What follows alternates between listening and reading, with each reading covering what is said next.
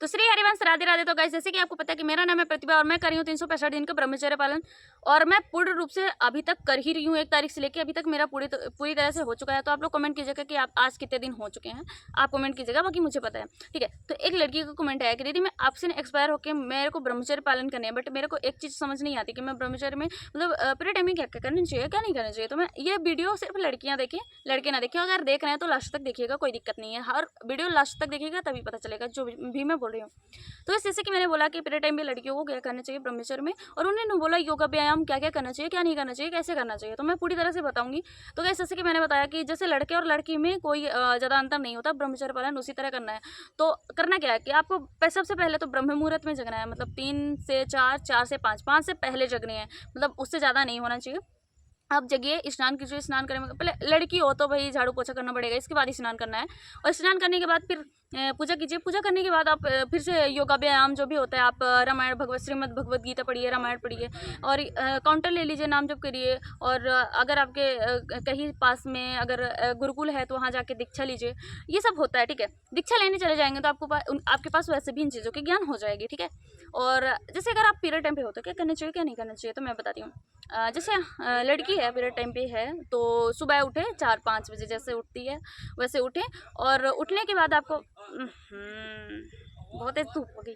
उठने के बाद आपको डायरेक्टली स्नान करना है, जैसे झाड़ू पोछा करते थे फिर स्नान करना है। स्नान करने के बाद आपको सिर्फ क्या नहीं करना है, सिर्फ आपको मतलब सबसे मेन बात जो ज़रूरी बातें हैं वो, ना ही तो आप श्रीमद् भगवत गीता पढ़ सकते हैं, ना ही रामायण टच भी नहीं कर सकते हो, ठीक है। ना ही आप अपना काउंटर टच कर सकते हो, और ना ही तो आप अपने पूजा घर पे जा सकते हो। पूजा घर पे बिल्कुल भी नहीं जाना चाहिए।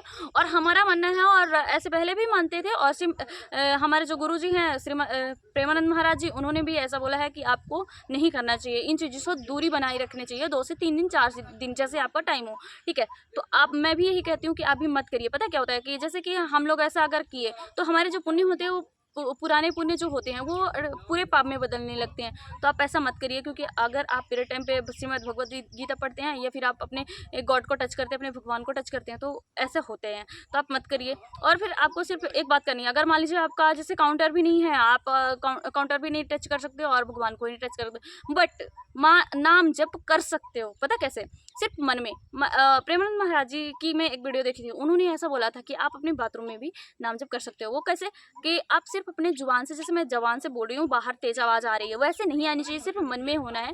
तो मन में आप नाम ले सकते हो। जैसे मैं अभी इस टाइम पे, मतलब जैसे ये टाइम होता है पीरियड टाइम में, तो मैं सिर्फ मन में नाम जप करती हूँ, सिर्फ ऐसे बैठे रहती हूँ, फिर से ऐसे राधे राधे राधे राधे मन में करती रहती हूँ। और ऐसा टाइम नहीं होता है, ठीक है। इन टाइम में सिर्फ इतना ध्यान रखना है, बाकी कुछ नहीं। उसी तरह आप उठिए, ब्रह्म मुहूर्त में उठिए। ब्रह्म मुहूर्त में उठने के बाद डायरेक्ट स्नान वगैरह करके, पूजा करके, और फिर जैसे ध्यान में बैठते थे वैसे ही आप पूजा ना करके ध्यान में बैठ जाइए, डायरेक्ट ध्यान में बैठ के। तो अपने मन में ही नाम जप कीजिए, और इसके बाद आप योगा व्यायाम जो भी करना चाहते हैं, एक्सरसाइज जो भी करते हैं वो कीजिए। और इसके बाद आप खाना बनाइए, खाना पीना खाइए, अपनी डेली रूटीन में चले जाइए। फिर वही शाम को आइए, फिर नाम जप कीजिए, और नाम जप करने के बाद फिर सो जाइए। और हाँ, ये हर चाहे वो लड़का हो या लड़की हो, एक चीज़ को ध्यान रखना है, सोने से पहले और सोने से पहले क्या क्या करना चाहिए। सोने से पहले आपको नाम जप करना है, और अगर पीरियड टाइम पे है तो आप मन में नाम जप कीजिए, नहीं है तो आप काउंटर से भी या वैसे भी कर सकते हैं। और आपको नाम जप करना है, या फिर कोई भक्ति गीत, या फिर कोई आपके जो गुरुजी हैं, पूज्य गुरुजी, उनका कोई भगवत गीता जो आपके पूज्य गुरुजी हैं उनका एक प्रवचन सुन लीजिए, इसके बाद सोइए, क्योंकि अच्छी नींद आती है और आपको सुबह उठने के बाद फ्रेश एकदम माइंड भी हो जाता है।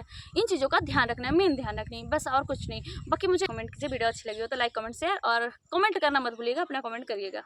Bye bye.